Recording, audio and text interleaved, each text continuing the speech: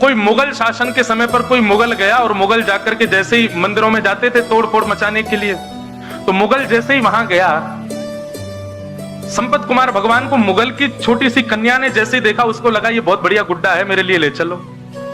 तो राजा तो मुगल तो अपने समय में कुछ भी करते थे, और बेटी की प्रसन्नता के लिए संपत कुमार भगवान को मंदिर से निकाल करके वो दिल्ली ले आए, और बेटी अपने पास रखती, ये मेरा गुड्डा है, उसी को नहलाती खिलाती पिलाती उसी के संग रहती।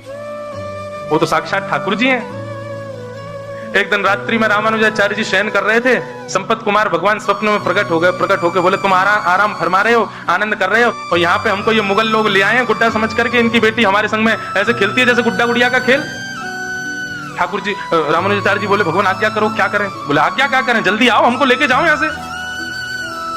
तो रामानुजाचार्य जी अपने हजारों शिष्यों के साथ दिल्ली आए, और दिल्ली में उस बादशाह के दरबार में जाकर के स्वामी श्री रामानुजाचार्य जी ने निवेदन किया, हमारे ठाकुर जी को तुम्हारी बेटी गुड्डा मान करके अपने संग ले आई है, हमारे ठाकुर जी हैं, वो कोई गुड्डा गुड़िया नहीं है, उनको हमको वापस कर दो।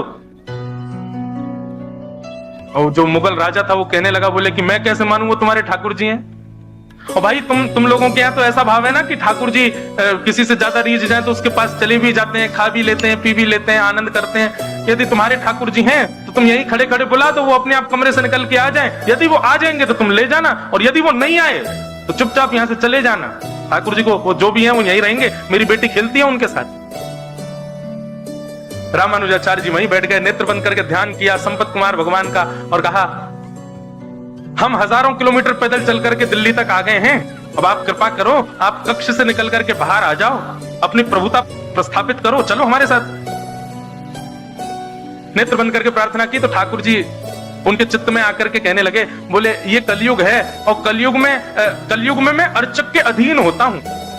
अर्चक चाहेगा तो सोऊंगा, अर्चक चाहेगा तो उठूंगा, अर्चक खिलाएगा तो खाऊंगा, अर्चक नहलाएगा तो नहाऊंगा।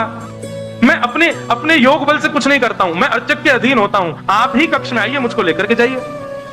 और जब ठाकुर जी इतना प्रवचन सुनाने लगे तो रामानुजाचार्य जी को गुस्सा आ गया ठाकुर जी पे। बोले, हम इतने 1000 किलोमीटर पैदल चल के आ गए, वैसे आपको कुछ भी करना हो तो उसमें कोई विधान नहीं आपका है, बलि के यहाँ जाके 2 पग से 3 लोग नाप लेते हैं, खुद के मन में आ जाए तो कुछ भी करोगे, लेकिन हम कह रहे हैं तो अब आप यहाँ पे आकर के, मैं तो अर्चक के अधीन हूँ, वो चाहेगा तो ही चलूंगा, वही चाहेगा तो ही करूंगा, बैठे रहो यहीं पे, हम जा रहे हैं वापस यहाँ से।